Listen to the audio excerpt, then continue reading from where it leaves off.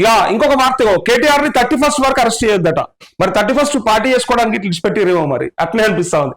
KTR bail గడువు పొడిగించిన high court, quash petition పై విచారణ, counter దాఖలకు సమయం కోరిన ఏజీ, మంగళవారానికి విచారణ వాయిదా అంటూ ఫార్ములా ఈ కార్ రేస్ లో A1 గా ఉన్న కేటీఆర్ ను ఈ నెల 31 తేదీ వరకు అరెస్ట్ చేయొద్దని హైకోర్టు ఆదేశాలు జారీ చేసింది. తొలుత 30వ తేదీ వరకు అరెస్ట్ చేయొద్దని చెప్పిన న్యాయస్థానం తాజాగా మరొక రోజు రిలీఫ్ ఇచ్చింది. కేటీఆర్ వేసిన క్వాష్ పిటిషన్ పై ధర్మాసనం శుక్రవారం విచారణ చేపట్టింది.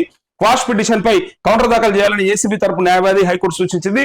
దాంతో ఆయన కొంత సమయం కోరగా కోర్టు విచారణను మంగళవారానికి వాయిదా వేసింది. కేసు కొట్టివేయాలని, ఏసీబీ విచారణ నిలిపివేయాలని, బెయిల్ ఇవ్వాలని కేటీఆర్ పిటిషన్లు దాఖలు చేయగా మొదటి రెండింటిని ధర్మాసనం కొట్టేసింది అంటూ ఇక 31st వరకు అరెస్ట్ లేదు కేటీఆర్ది. 30కే అరెస్ట్ అనేది, అంటే 30 వరకు చేయకూడదని చెప్పింది ఆయన వేసినటువంటి క్వాష్ పిటిషన్ కి. కానీ 30వ తారీఖు కాదు, ఇంకొక రోజు ఎక్స్టెండ్ చేసిరు. ఇక ఒక్క రోజులో ఉడిగేదేం లేదు. కానీ 31 నాడు జనవరి 1 వస్తుంది కాబట్టి డిసెంబర్ 31 అనేది కొంత మరి పార్టీ చేసుకునే వెసులుబాటు కల్పించినట్టుగా అనిపిస్తోంది. కేటీఆర్ ని ఆ ఒక్క రోజు ఎంజాయ్ చేసిరా, ఇక తెల్లారి నుంచి జైల్లో పెడతామని డిసైడ్ అయినట్టుగా కనిపిస్తా ఉంది.